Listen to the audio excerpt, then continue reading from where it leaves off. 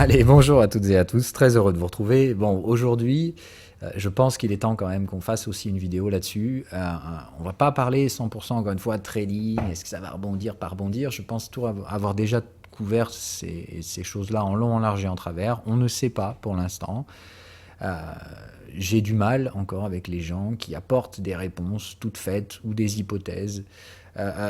S'il peut se passer ci ou il peut se passer ça, oui, en soi, il peut toujours tout se passer, mais on va revenir aujourd'hui, je pense, un peu sur les essentiels, les fondamentaux, refaire un point, parce que tout et n'importe quoi se mélange en ce moment. Je vous dis, entre les 10 heures de bonnes aventures, les putaclics ou les gens qui doivent produire un contenu quotidien pour entretenir une audience et qui racontent donc n'importe quoi.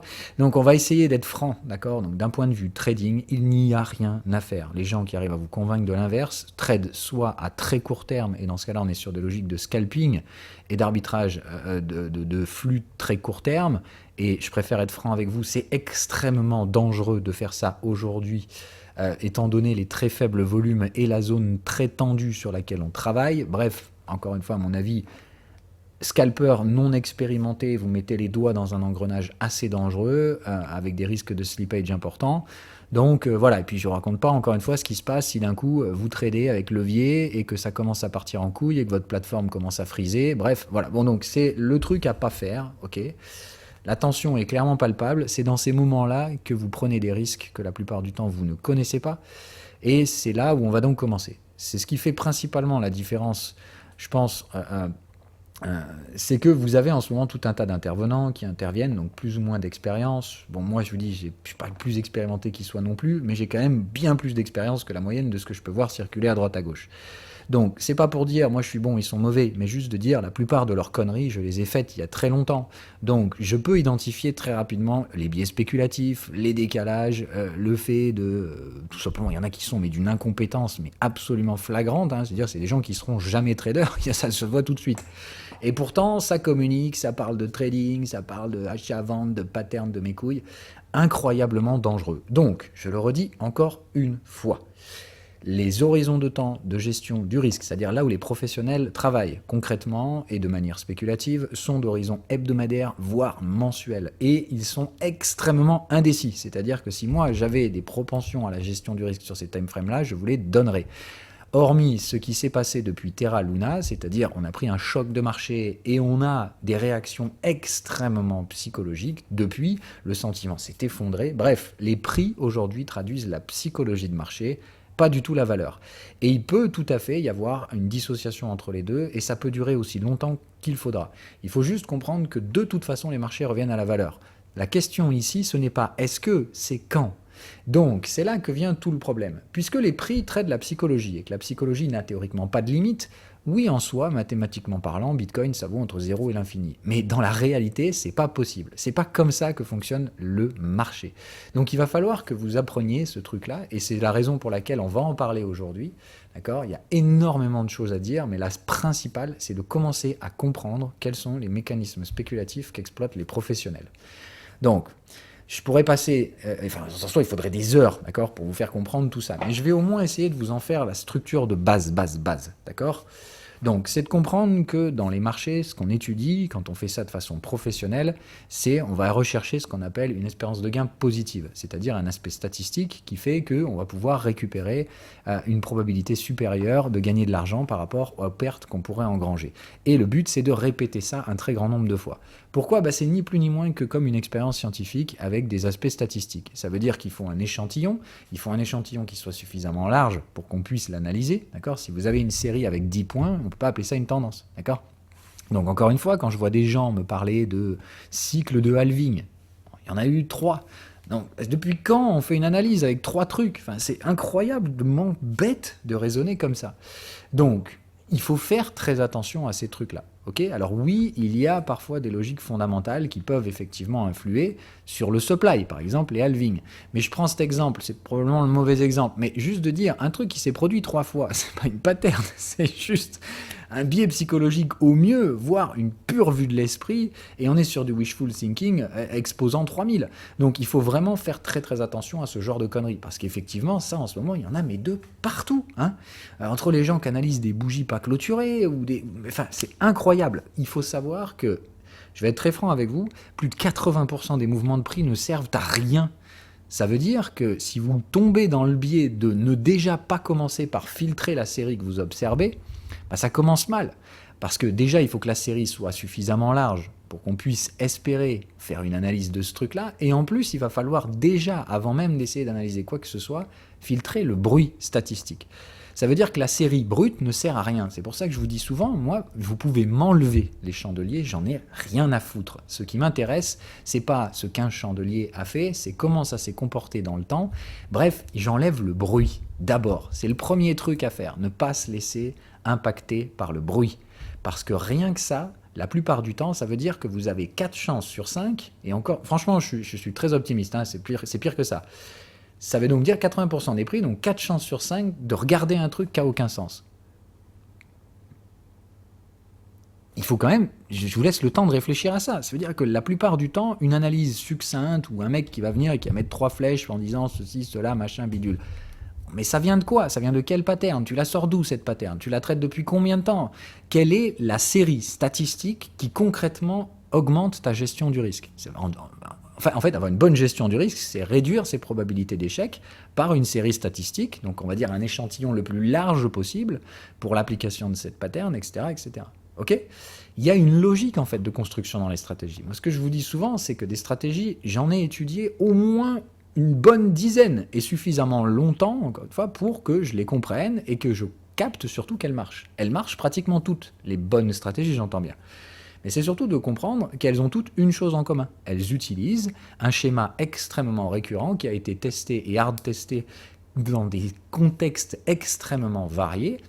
Et ces profils ont tous une chose en commun, ils filtrent une large proportion des prix pour vous permettre d'identifier les prix dans lesquels, regardez, ça a de l'intérêt. Les stratégies que j'ai toujours retenues comme étant valorisantes suffisamment, on va dire au moins largement au-dessus de la moyenne, hein, puisqu'il y a quand même là aussi 80% de stratégies merdiques, construites par des gens qui sont soit analystes, c'est-à-dire ils tradent tous les 4 matins, et puis franchement en général la plupart ils sont pas gagnants, hein, ou ils sont au break-even, et sans parler de tous ceux qui sont juste complètement perdants mais qui n'affichent que les gains. Enfin bref, on sait aussi que dans le trading, il y a très peu de gens qui réussissent réellement. Donc, là aussi, si on filtre toutes les merdes, enfin les trucs qui, je sais pas pourquoi, mais bon, enfin YouTube est un truc ouvert, hein, donc on peut y voir tout et n'importe quoi. Mais si on filtre déjà les gens qui font probablement ce métier, c'est toujours très difficile d'avoir une certitude, mais moi je l'ai fait encore une fois cette analyse, sur des dizaines et des dizaines de gens. Je vous dis aujourd'hui, c'est pas de dire je juge bêtement une personne comme ça pour dire « Ah bah lui, c'est un mauvais ». Non, c'est de dire j'ai vu des centaines de gens passer en 10 ans. Je peux très rapidement aujourd'hui, avec un échantillon assez large, dire si ce mec-là est probablement trader ou pas. Je sais pas une certitude ni un jugement, mais juste de dire ça devient pour moi une série statistique. Et c'est ça le trading en fait. J'ai bouffé tellement de graphes que ma stratégie ou n'importe laquelle, je peux vous dire très rapidement qu'il y a des résonances dans les stratégies. La plupart des stratégies qui fonctionnent, elles utilisent toutes les mêmes mécanismes. Le premier mécanisme, c'est de supprimer 80% des prix. C'est-à-dire qu'une stratégie qui n'est pas capable d'attirer votre attention sur 20% des prix, c'est déjà une mauvaise stratégie. Par défaut. Le deuxième élément qui doit venir concrètement immédiatement après, une bonne stratégie doit vous amener sur un time frame et elle doit en interdire, là encore, pratiquement 80%. Il y a du bruit également aussi sur les time frames sur lesquels vous tradez. On ne trade pas comme ça sur les time frames qu'on choisit. On trade sur une plage de time frame et cette plage de time frame doit être soumise à un filtrage strict. Donc d'abord, on ne trade pas n'importe où en termes de time frame. Ensuite, on ne trade pas n'importe où en termes de prix. Et ensuite, on ne trade pas n'importe comment dans ces zones de prix. Voilà comment fonctionnent toutes les stratégies que j'ai vues sur des gens dont je pense avoir, soit par l'antériorité, hein, c'est-à-dire les gens qui sont toujours là au bout de 10 ans, c'est quand même difficile de penser que ce soit toujours des menteurs. Alors que j'en ai vu bien plus, évidemment, donc changer tous les à peu près 2 à 3 ans. Ça dépend des micro-cycles. Mais voilà, grosso merdo, c'est ça la durée de vie d'un youtubeur aujourd'hui. 2 à 3 ans, puis ils se font dégommer ou ils ne gagnent pas assez d'argent, etc. Bref, le temps investi n'est pas assez rémunérateur, donc ils passent à autre chose et c'était un petit bout de leur vie.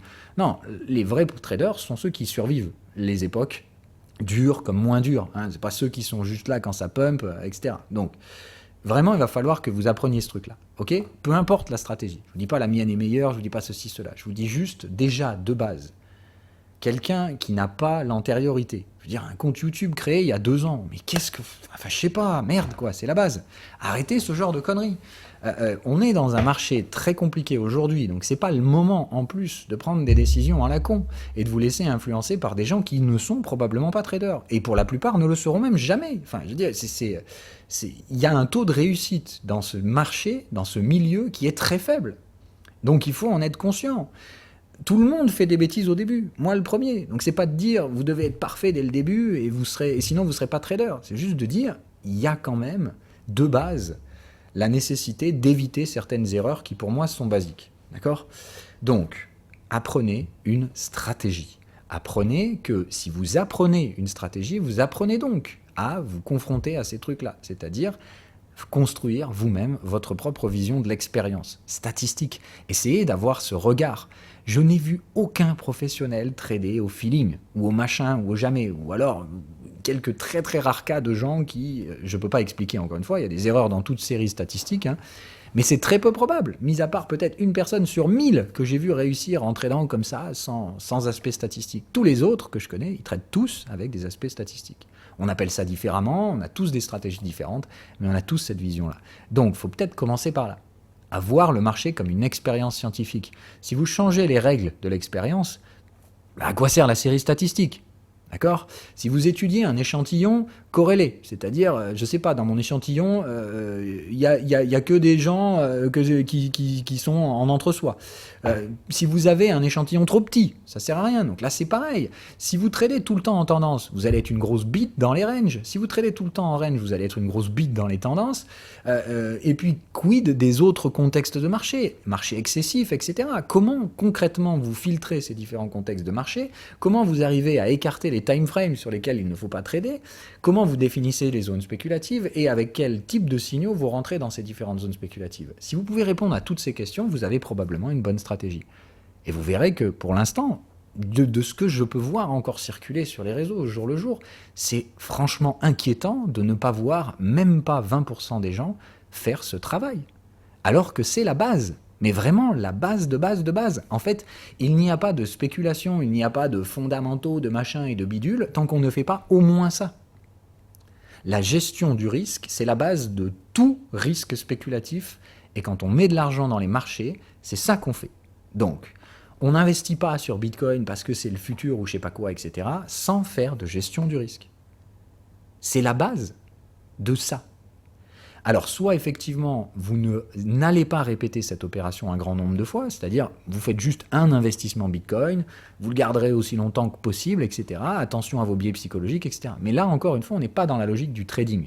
D'accord ? Ça veut dire, si vous avez décidé d'acheter que Bitcoin et Ethereum pour des raisons qui vous sont propres, ok, faites ça. Mais dans ce cas-là, ne prétendez pas faire du trading. D'accord ? Le trading de base, c'est une expérience de gestion du risque qu'on doit répéter un grand nombre de fois. Donc, qu'on se mette bien d'accord. Si votre objectif, c'est dire que vous êtes trader ou que vous apprenez le trading, etc., donc que vous allez répéter un grand nombre d'opérations financières d'achat et de revente, sur différents time frames, peu importe, hein, encore une fois, l'investissement, ça reste que si vous comptez reproduire cette opération, ça ne peut pas être rentable autrement qu'avec une gestion du risque. Ou en tout cas, quoi qu'il arrive, la gestion du risque ne pourra être que bénéfique. Puisque c'est son but statistique, réduire les probabilités d'échec, augmenter les probabilités de rentabilité en réduisant les probabilités de perte, gestion du risque. C'est une expérience statistique, c'est pas une croyance, d'accord ? C'est juste de dire, faites l'expérience vous-même. Quand vous maîtrisez concrètement ces stratégies, c'est que vous maîtrisez que vous maîtrisez concrètement ces statistiques, que c'est pas juste une croyance ou une philosophie, que vous les avez juste expérimentées par vous-même des centaines de fois. C'est pas possible pour un humain normalement constitué de continuer à trader n'importe comment quand vous avez pratiqué régulièrement une stratégie. Quand je parle de pratiquer, je parle d'analyser. Je parle pas de forcément appuyer sur le bouton achat-vente, mais de bouffer du graphique historique, de bouffer du replay. C'est juste de dire, les outils que vous avez aujourd'hui sont 100 fois mieux que ceux que j'avais quand j'ai commencé il y a 10 ans. Donc aujourd'hui, vous avez tout pour bien travailler. Vous avez accès à des ressources infinies, alors sortez-vous les doigts du cul, franchement. Parce que en ce moment, le niveau est plutôt en train de baisser que de monter. Et je trouve ça dommage, parce que vous avez tous les outils pour réussir aujourd'hui. Donc, essayez d'avoir cet aspect statistique, essayez de comprendre encore une fois que ça prend du temps. Et que c'est pas nécessairement avec du contenu tout pré-mâché, visé sur YouTube avec un gogol qui trace 3 lignes et qui va vous dire que ça va acheter, qu'on parle de trading. En fait, ça, je sais pas ce que c'est de l'entertainment, du grand YouTubing, la grande révolution de la connerie numérique, mais en attendant, si on doit parler du métier de trader, il va falloir qu'on remette les points sur les i. Il y a 95% des gens qui communiquent autour du trading qui ne sont au mieux que des gens qui ne servent à rien ou probablement des gens perdants qui se font passer pour des traders. Donc c'est très très dangereux parce qu'encore une fois, il va falloir qu'on remette les lettres de noblesse à ce métier. Ce métier est extrêmement rare à la réussite. Il y a beaucoup d'échecs. Le taux d'échec est supérieur à 90%. Donc c'est quand même de dire que c'est grave d'un coup de voir des gars qui montent des chaînes YouTube tous les 4 matins. Ça m'étonnerait qu'ils soient tous légitimes. Donc faisons quand même très attention. Ok ? D'un point de vue trading, on parle de métier. On parle donc de la première preuve de sincérité, c'est l'expérience. Une chaîne YouTube créée il y a 6 mois, c'est pas un trader, c'est peu probable. C'est probablement un mec qui est en train d'essayer d'apprendre et qui va recracher les conneries qu'il entend à droite à gauche, mais c'est surtout un mec qui fera la girouette en fonction de l'émotion du marché. Quand je parle pas de ceux qui sont franchement, à mon sens, juste là pour blablater. Hein. C'est voilà la dernière news, voilà le machin, voilà le bidule. Bon, ça sert franchement à rien. Je vous dis, on peut ajouter des briques dessus pour devenir meilleur, des briques fondamentales, etc. Mais la brique de gestion du risque, c'est vraiment la fondation de votre baraque si vous espérez un jour répéter ces opérations boursières.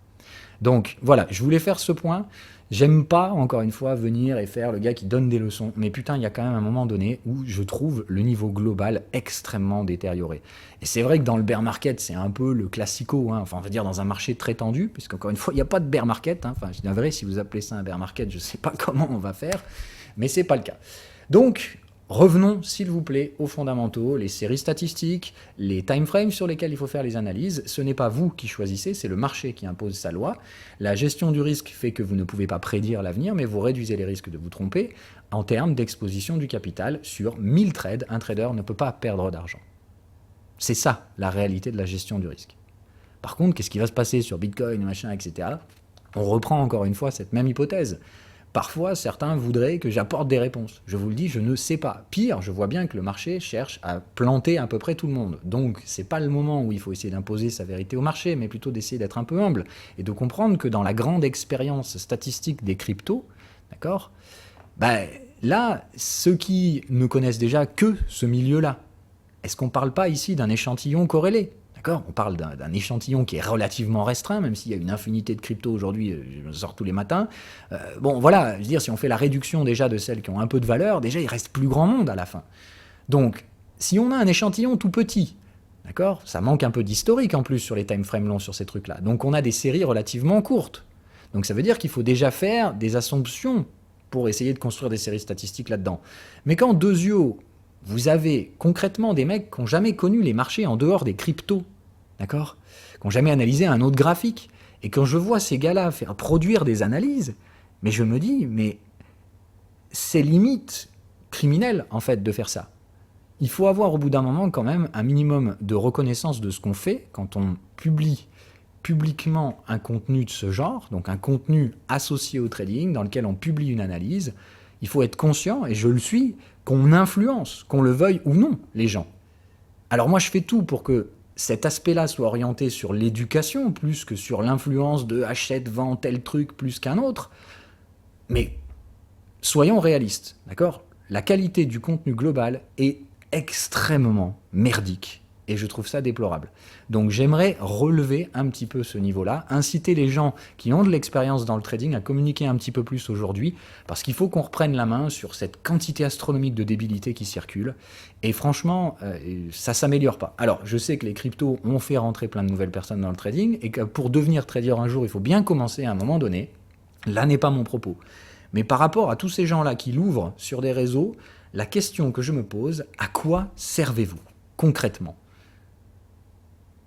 Parce que produire des analyses, quand on ne sait pas faire ce métier-là de base, pourquoi faire ça, en fait ? Je me demande vraiment ce que certains youtubeurs font de leur journée et comment ils arrivent à justifier leurs interventions. Quand tu prends ta vidéo et que tu vas l'uploader sur Internet, que concrètement tu parles d'un métier que tu ne sais pas faire, est-ce que c'est pas dangereux, en fait ? Est-ce que c'est pas dangereux ? Parce que moi, je pense que c'est le cas. On parle encore une fois de gens qui, malgré leur volonté peut-être bienveillante, influencent des gens à faire des choses qu'ils ne maîtrisent absolument pas.